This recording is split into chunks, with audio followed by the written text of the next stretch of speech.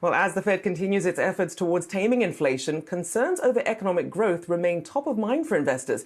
Here with what Fed Chair Powell had to say on the economy, boosting hopes of a soft landing. Let's take a listen.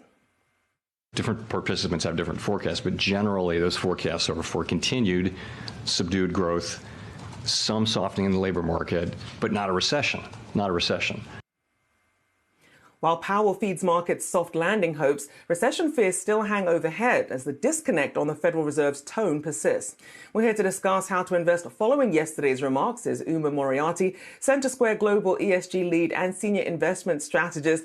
Good to see you here, Uma. So it does seem that the markets are seeing a light at the end of the tunnel much sooner than apparently Fed Chair Powell is seeing. How are they reading the room right now, these investors?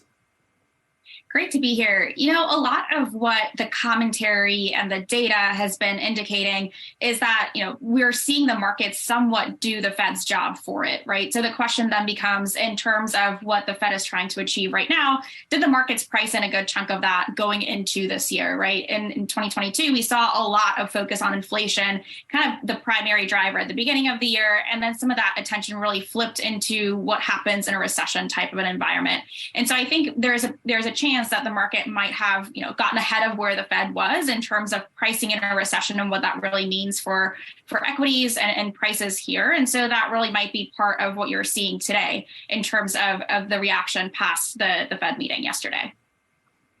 So is a recession then the only way to get to that inflation target? Because you're saying inflation doesn't get fixed until demand slows, demand doesn't slow until labor market cools, labor market doesn't cool until we get into recession. At what point do we see those dominoes start to fall?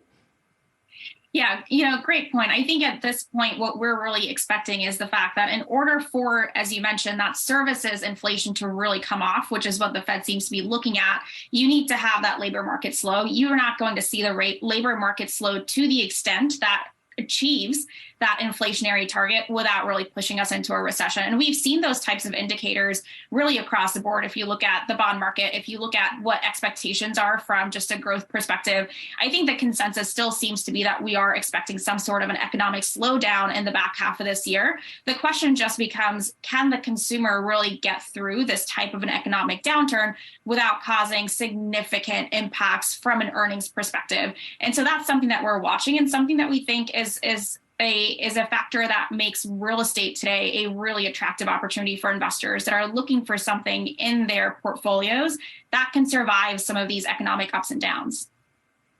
So let's get into that, because a lot of people are now wondering, okay, what's next in terms of what are the good investment strategies now that the Fed is in this more normalized 25 basis point hike rate? And you like REITs. So what positions them better than other investments in this sort of environment when you're not sure if it'll be a soft landing or perhaps a deeper recession?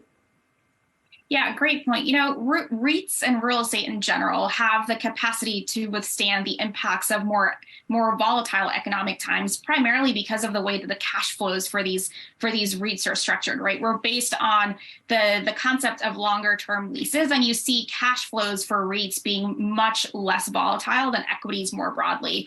And so as you even look at for earnings expectations and how those revisions have been coming in over the last couple of months, the broader equity market has seen much stronger earnings revisions downward compared to the REIT market overall. And that's really being driven by the fact that the REITs still continue to have fairly steady cash flows despite of what you might see from an economic cycle perspective. Now, even within REITs, obviously, there are certain subsectors. You have data centers, towers, healthcare, rental housing, etc. What's the criteria that you're using right now to really pick out the best opportunities in REITs? At CenterSquare, we're long-term investors. We think about the types of secular demand drivers that are really going to be helping some of these business models going forward, right? So you mentioned a couple of those items. Healthcare, for example, we have an aging population that needs healthcare, whether it is senior housing, whether it is life science lab space that is developing new technologies in terms of treatments and things like that, right? So those are types of areas within real estate where you see a lot of really strong secular demand drivers. And then also really focused on the strength of the balance sheet. You're focused on the quality of the management team.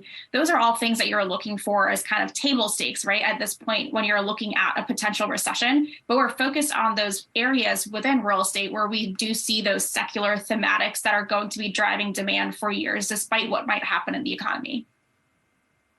Well, always an opportunity to be found in this environment. Moriarity, CenterSquare Global ESG Lead and Senior Investment Strategist, thank you for joining me this morning.